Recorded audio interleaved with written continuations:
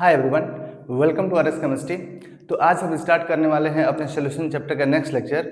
और हमारा solution chapter का जो थ्योरी वाला पार्ट था वो कम्प्लीटली ख़त्म हो चुका है। अब हम करेंगे कुछ प्रीवियस ईयर के सवाल, जिससे कि आपको सवाल करने में और आसानी हो जाए, सहूलियत हो जाए, है ना। आपको डरना नहीं है बिल्कुल भी न्यूमेरिकल से या फिर किसी भी टॉपिक से। मैंने आपको इतना पढ़ा दिया है कि आप हर एक सवाल बिल्कुल आसानी से कर लेंगे, है ना। बस आपको बार बार रिवाइज करना है और क्वेश्चन प्रैक्टिस करना है, ठीक है ना। और मैं क्वेश्चन प्रैक्टिस ही तो कर रहा हूँ, है ना। चैप्टर पढ़ाने के दौरान भी मैंने कई सारे सवाल कराए थे, फिर चाहे वो प्रीवियस ईयर के हों या ना हो। लेकिन चैप्टर खत्म होने के बाद अब जो हम लोग करेंगे वो सिर्फ और सिर्फ प्रीवियस ईयर के सवाल करेंगे, सीबीएसई बोर्ड में पूछे गए सवाल, ठीक है ना। चलिए तो स्टार्ट करते हैं। देखिएगा, मल्टीपल चॉइस पर हम लोग को ज़्यादा फोकस नहीं करना है। हम लोग को फोकस करना है 2 नंबर वाले क्वेश्चन पर, 3 नंबर वाले क्वेश्चन पर और 4 और 5 नंबर वाले क्वेश्चन पर, है ना। तो वही हम करेंगे। लेकिन यहाँ पे एक मल्टीपल चॉइस क्वेश्चन दिया था, बिल्कुल छोटा सा, तो मैंने कहा चलो इसको बता देता हूँ, ठीक है ना। सुनिएगा,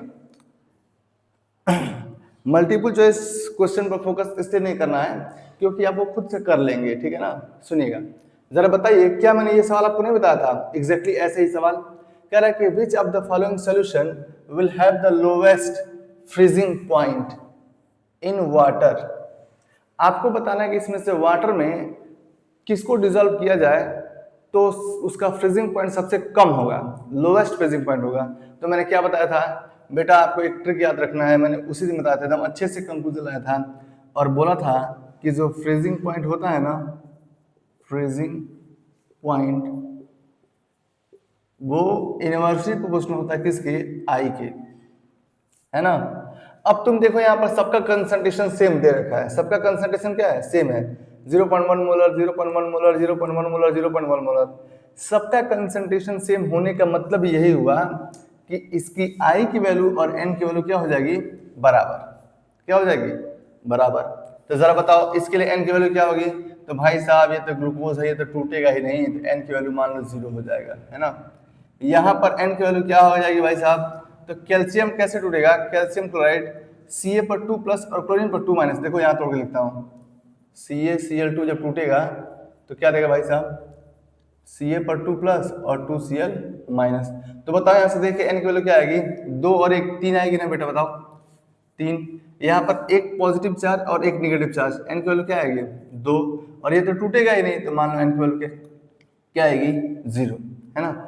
अब आपको देखना है फ्रीजिंग पॉइंट किसका सबसे ज्यादा होगा या फिर सबसे कम पूछा गया ना। तो सबसे कम किसका होगा? जिसकी आई की वैल्यू सबसे ज्यादा होगी। और आई की वैल्यू सबसे ज्यादा किसकी होगी? तो जिसकी एन की वैल्यू सबसे ज्यादा होगी। आप इसमें से देख के बताइए एन की वैल्यू किसके लिए सबसे ज्यादा है? तो एन बराबर 3 ही सबसे ज्यादा है। और वो किसके लिए है? तो 0.1 मोलर CaCl2 के लिए। इसलिए 0.1 मोलर CaCl2 का जो फ्रीजिंग पॉइंट होगा वाटर में वो सबसे कम होगा, लोवेस्ट होगा।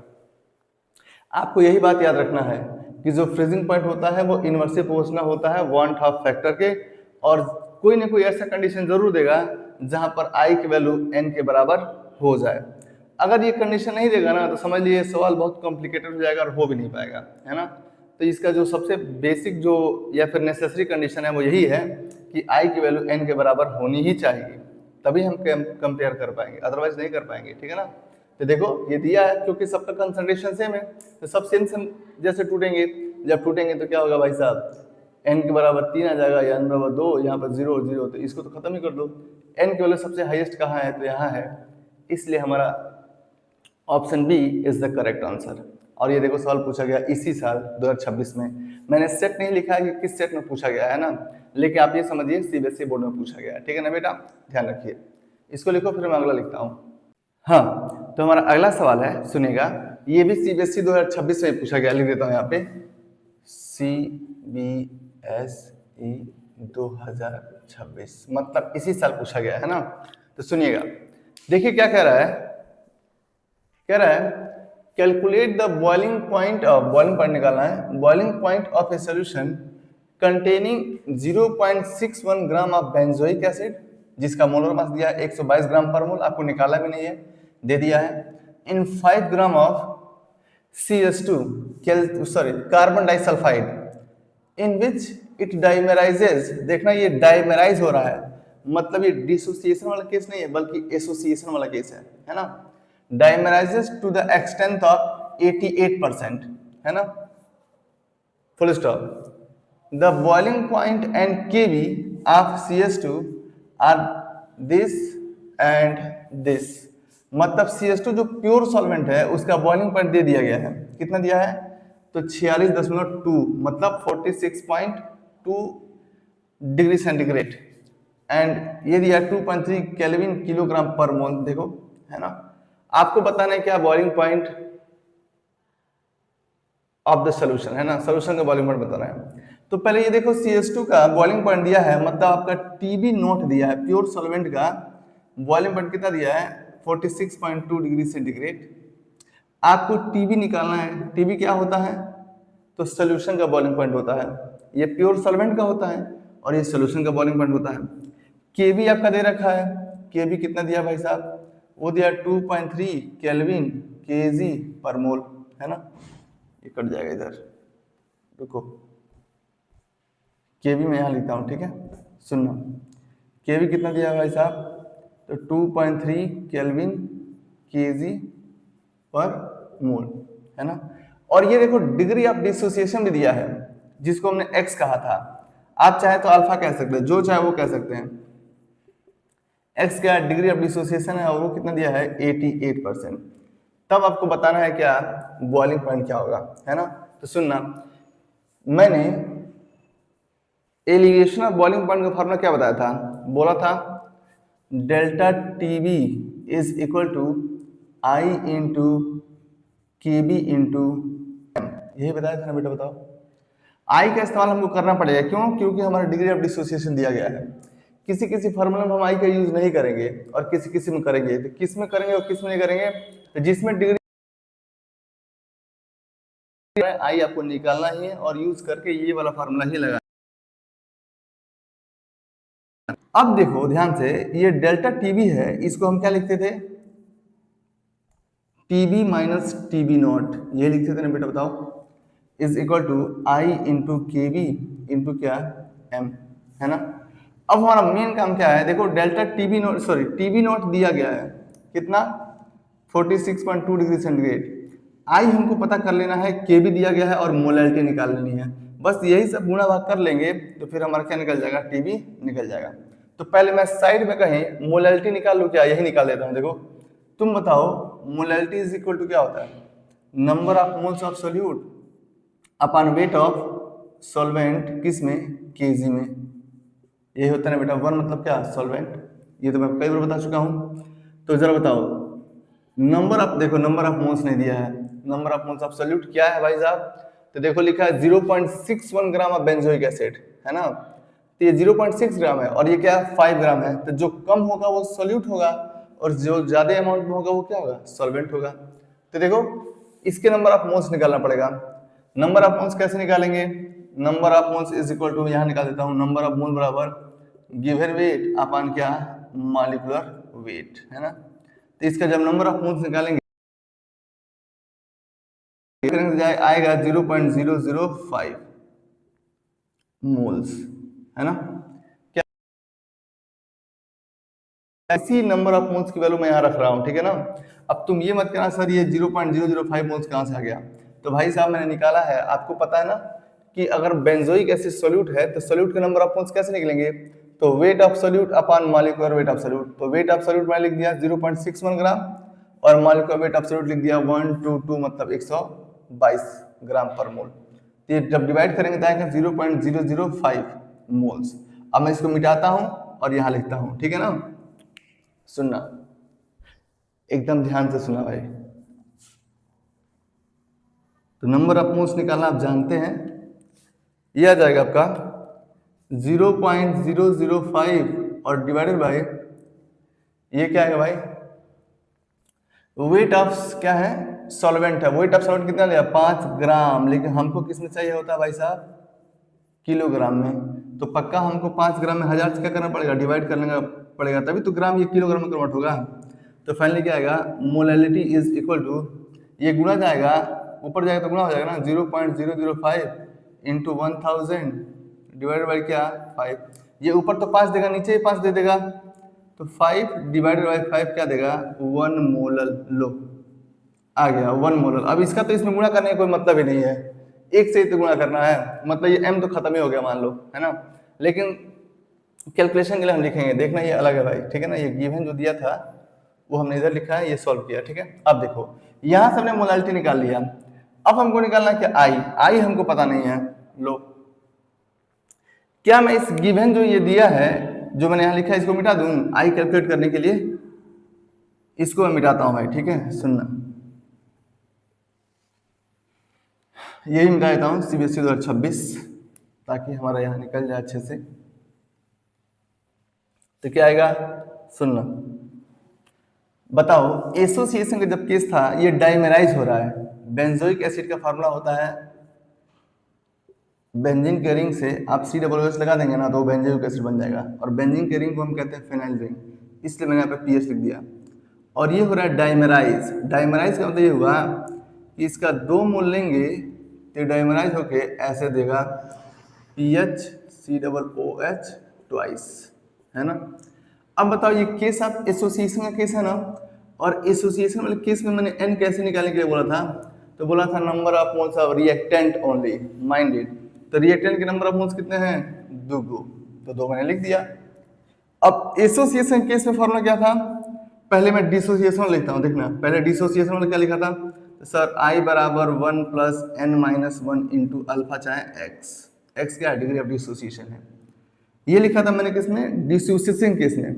और बोला था कि एसोसिएशन का केस होगा तो बस इस I की जगह पर n की जगह पर 1/n कर देना है। तो क्या मैं इसके जगह पर 1/n कर दूं, देखो बन गया फार्मूला, वैल्यू पुट करो क्या आएगा I is equal to 1 plus 1/n कितना है 2 माइनस 1 इंटू x कितना है भाई 88%। 88% का मतलब होता है 88 डिवाइडेड बाई 100, है ना। फिर क्या आएगा I इज इक्वल टू 1, अब देखो ये ध्यान सुनना, ये क्या देगा 1/2 में से 1 जाएगा मतलब -1/2 देगा ना, -1/2 इंटू ये दे दिया क्या 0.88। क्या मैं सही आ रहा हूँ, देखो 100 से डिवाइड करेंगे तो क्या आएगा 0.88 नहीं देगा। अब ये 1 ये जो 2 है ये कैंसिल कर देगा इसको, तो I इज इक्वल टू क्या आएगा 1 माइनस 0.44। देखो क्या मैं सही जा रहा हूँ, अरे इस 2 से ये 88 4 बार में नहीं कट जाएगा, है ना।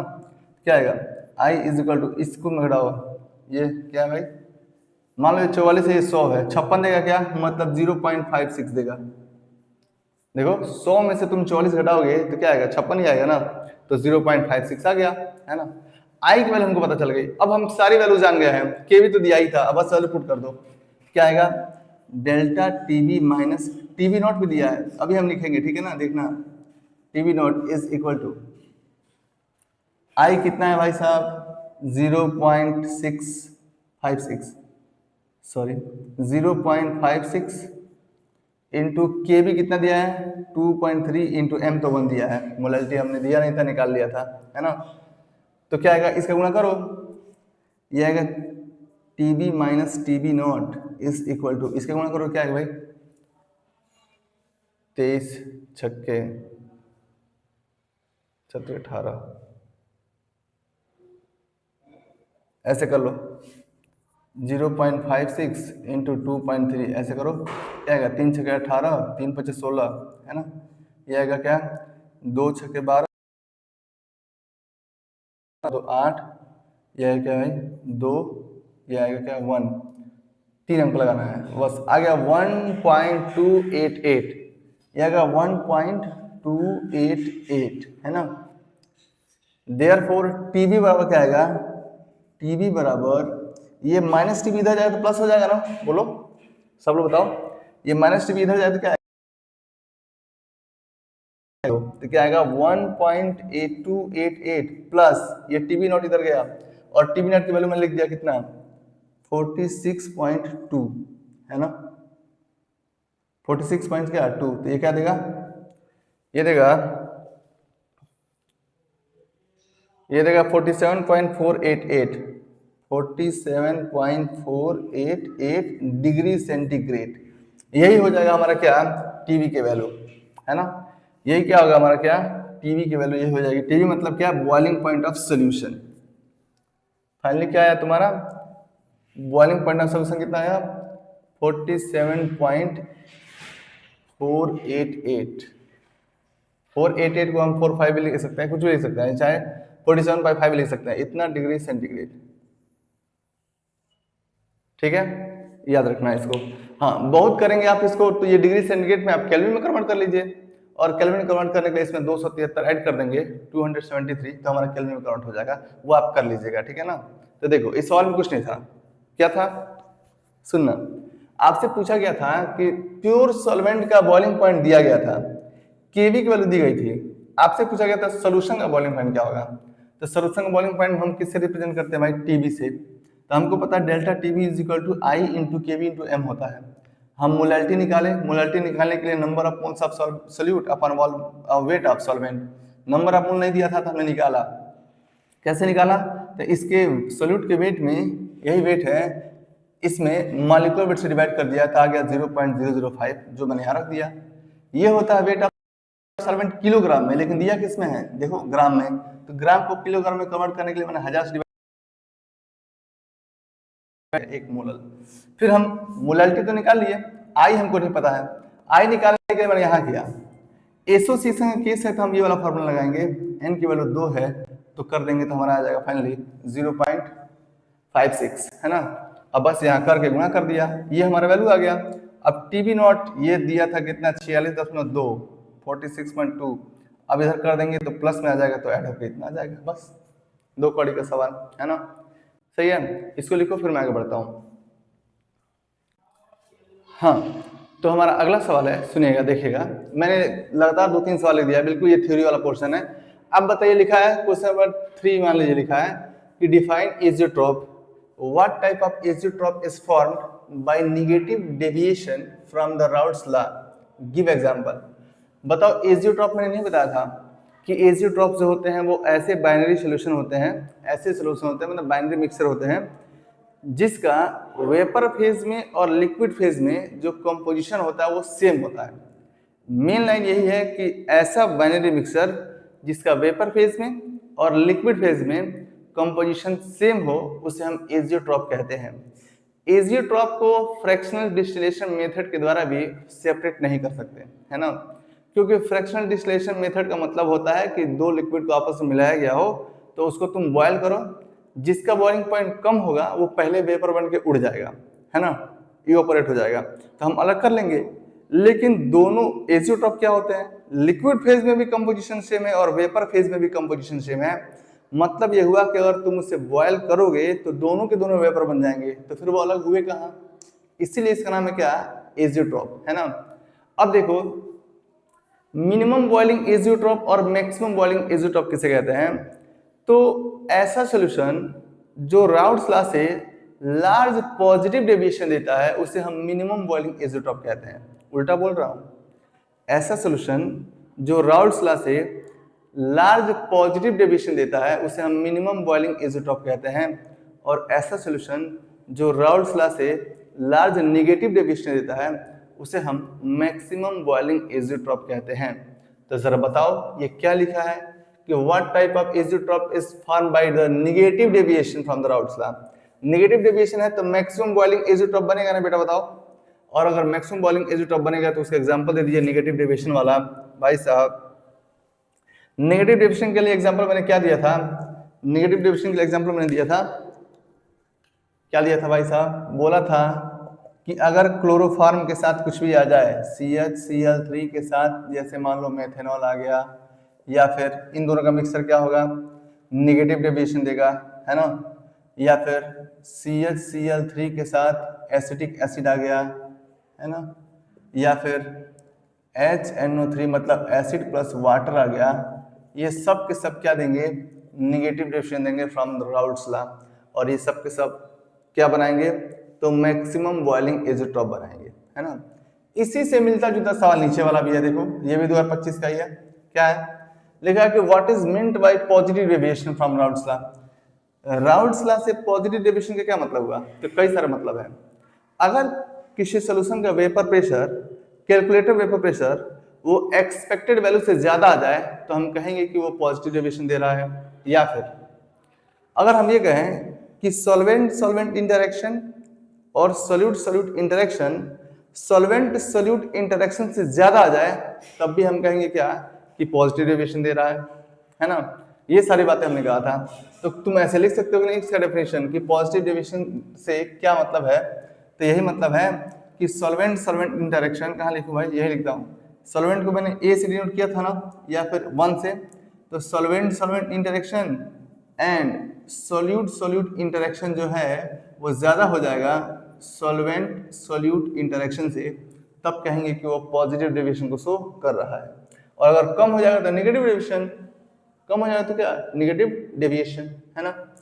तो सॉल्वेंट सॉल्वेंट इंटरेक्शन और solute solute interaction, solvent solute interaction से ज्यादा आ जाए जिस सोल्यूशन के लिए, वो सोल्यूशन जो होता है वो पॉजिटिव डेविएशन शो करेगा फ्रॉम राउल्ट्स लॉ, है ना। फिर कह रहा है कि what type of azeotrope is formed by positive deviation. देखो सवाल वही है, बस घुमा दिया है। तो जरा बताओ पॉजिटिव डेविएशन से क्या बनेगा। तो मैंने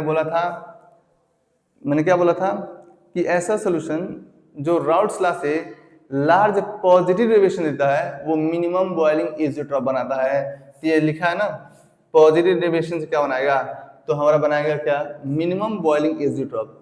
एजियोट्रॉप दो ही तरह के बताए थे मैंने, एक बताया था मैक्सिमम बॉइलिंग एजियोट्रॉप और एक बताया था मिनिमम बॉइलिंग एजियोट्रॉप, जो कि मैं उल्टा बोलता हूँ।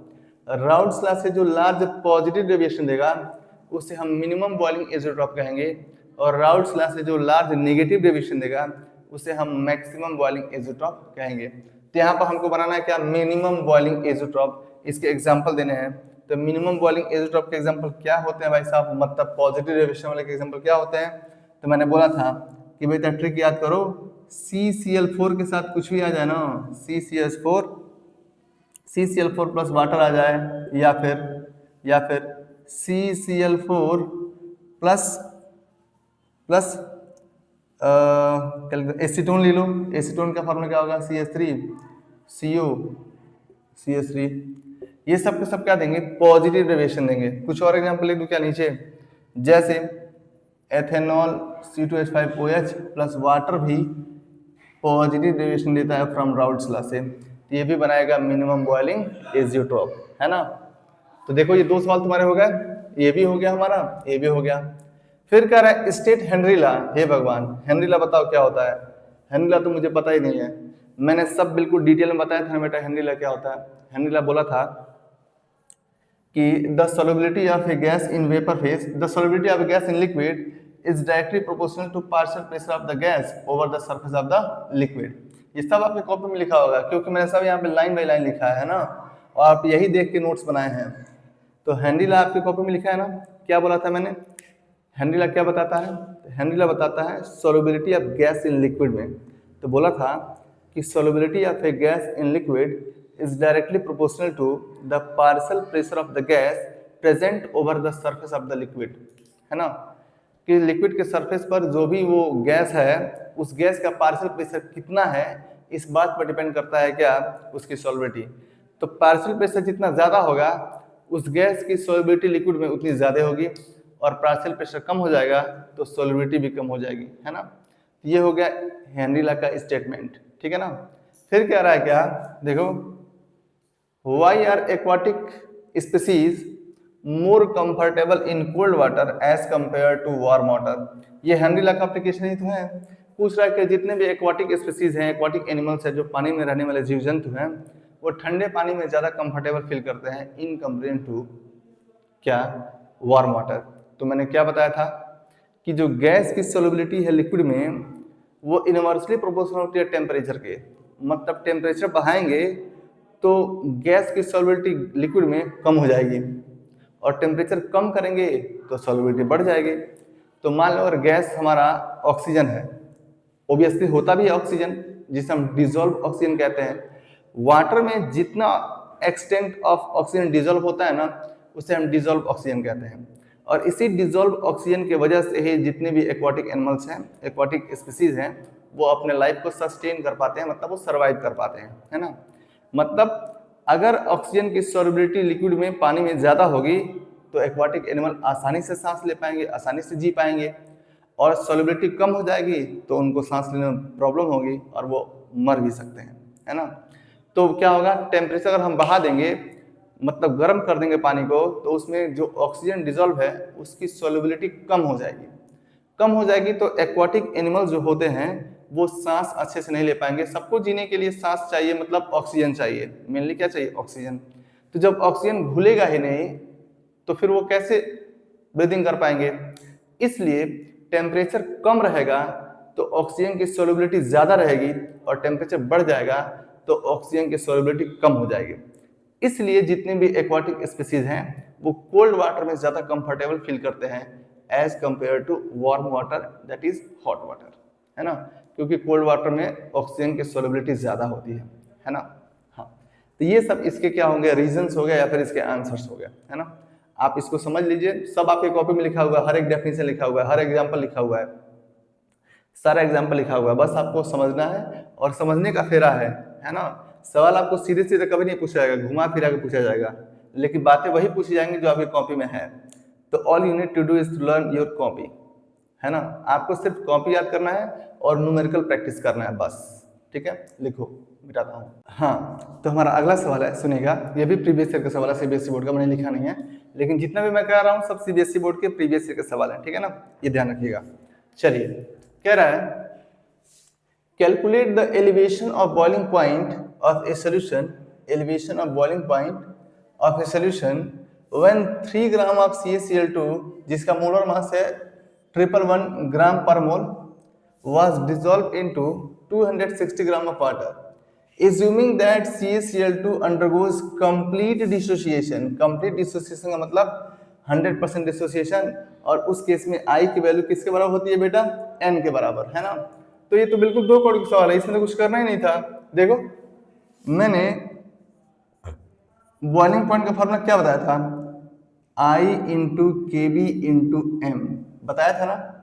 इसको अगर बना लोगे, पूरा कंप्लीट कर लोगे, तो क्या आता है, I into KB into 1000 into W2 upon MW2 into क्या, W1। ये W2 क्या है, वेट ऑफ सॉल्यूट है, W1 क्या है, वेट ऑफ सॉल्वेंट है।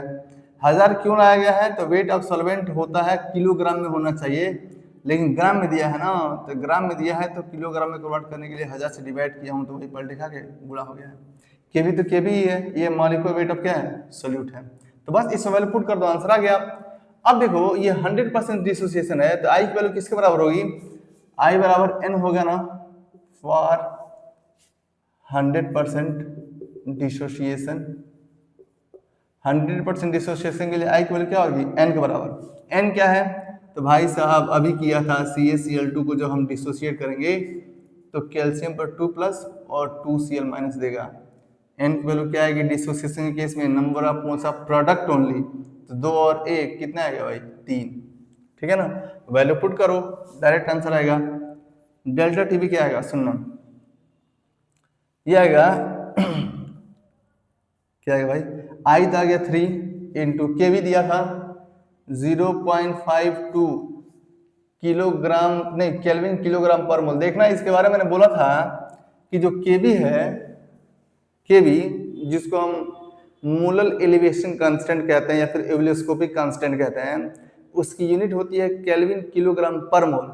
आज तक कभी एग्जाम में पूछा नहीं गया है, लेकिन मल्टीपल चॉइस में पूछा जा सकता है कि what is the unit of KV या फिर मोलर एलिवेशन कांस्टेंट, नाम देके। और यूनिट जब पूछेगा ना तो 4 ऑप्शन ऐसे देगा, आप घूम ही जाएंगे। केल्विन किलोग्राम पर मोल को ही देखना है ना। ये इनवर्स इस पर भी कर सकता है, इस पर भी कर सकता है, कहीं भी करके आपको 4 ऑप्शन बनाएगा, जिसमें से 3 ऑप्शन गलत करके 1 ऑप्शन सही दे देगा।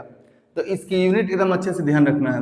कभी पूछा नहीं गया है, लेकिन पूछ दिया तो पूछा जा सकता है ना, इसलिए इसको याद रखना जरूरी है, ठीक है ना बेटा। चलो, तो क्या आएगा, 1000 तो 1000 ही है, इंटू W2 क्या है, वेट ऑफ सोल्यूट है। तो देखो वेट ऑफ सोल्यूट क्या दिया गया है, तो भाई साहब 3 ग्राम ऑफ CaCl2 जिसका मोलर मास इतना है, 3 ग्राम लिखो, 3 ग्राम डिवाइडेड बाय ये मॉलिक्यूलर वेट ऑफ सोल्यूट है, यही है मॉलिक्यूलर वेट, मतलब क्या, मोलर मास 111 इंटू क्या, वेट ऑफ सॉल्वेंट कितना दिया गया भाई साहब, वेट ऑफ सॉल्वेंट दिया गया है 260 ग्राम ऑफ वाटर, यही तो सॉल्वेंट है 260। बस इसको कट पिट करो तो ये क्या आएगा, ये तो कट ही जाएगा, 3 त्रिक 9। देखो delta T B is equal to, इसको गुना कैसे करूं भाई, गुना करूंगा बहुत टाइम लगेगा, ठीक है ना। क्या मैं इसको मोबाइल से कर दूं for the sake of simplicity और जल्दी के लिए, देखो करो, देखना तुम्हारे सामने करता हूं,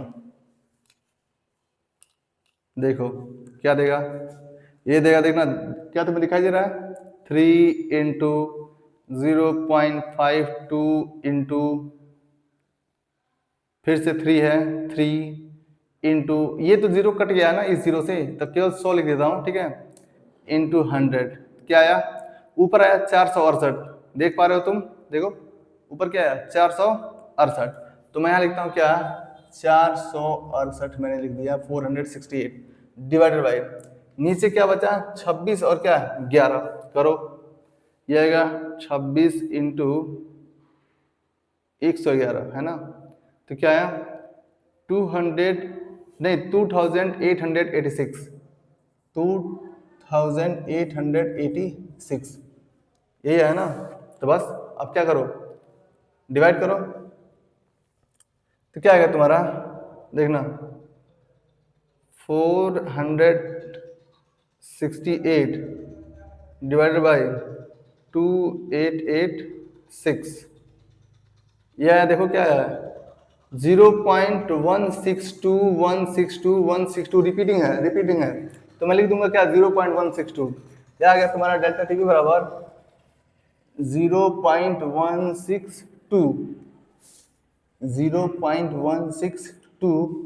अब किस में आएगा, ये केल्विन में आएगा कि डिग्री सेंटीग्रेड में आएगा भाई, देखो किस में आएगा, देखो क्या दिया है, ग्राम है, केल्विन है, देखो सही तो किया ही है, देखो ये सब कुछ कट पिट जाएगा ना, कहीं डिग्री सेंटीग्रेड का जिक्र नहीं किया है ना, तो केल्विन में आएगा, क्योंकि ये केल्विन में है ना, देखो दिखाई दे रहा है, क्या आएगा इतना केल्विन, इतना केल्विन, जो चाहे वो लिख सकते हो, ठीक है, इतना केल्विन तुम्हारा क्या आ गया, आंसर आ गया, है ना, ठीक है। तो देखा ना कितना आसान सवाल था ये, बिल्कुल 2 कौड़ी का। आपको आई का इस्तेमाल कब करना है, जब डिग्री ऑफ डिसोसिएशन देगा, है ना, डिग्री ऑफ डिसोसिएशन देगा तो हम आई निकाल के तुरंत रख देंगे, और आई वही होगा क्या एन के बराबर ही आएगा मोस्टली, और नहीं होगा तो निकालेंगे, कैलकुलेट करना पड़ेगा हमको, ठीक है ना। चलो तो अब इतना लिखिए, अब इतना लिखिए नहीं, अब आज की कहानी हम यहीं पे खत्म करते हैं, ठीक है ना। अब नेक्स्ट लेक्चर में हम कुछ और सवाल करेंगे, ठीक, तब तक आप इतना क्वेश्चन प्रैक्टिस कीजिए, अपने मन से भी कुछ क्वेश्चन प्रैक्टिस कीजिए, है ना, घर पे अपने क्वेश्चन प्रैक्टिस कीजिए, जो नहीं आएगा आप कमेंट बॉक्स में लिख दीजिएगा, मैं समझा दूंगा, ठीक है ना, कोई भी सवाल, ठीक। चलिए आज इतना ही खत्म करते हैं, अपना ख्याल रखिए, बाय। हाँ एक बात और, चैनल को सब्सक्राइब करना नहीं भूलना है, वीडियो को लाइक करना नहीं भूलना है, और वीडियो को शेयर करना भी नहीं भूलना है, ठीक है ना। अब आप अपना ख्याल रखिए,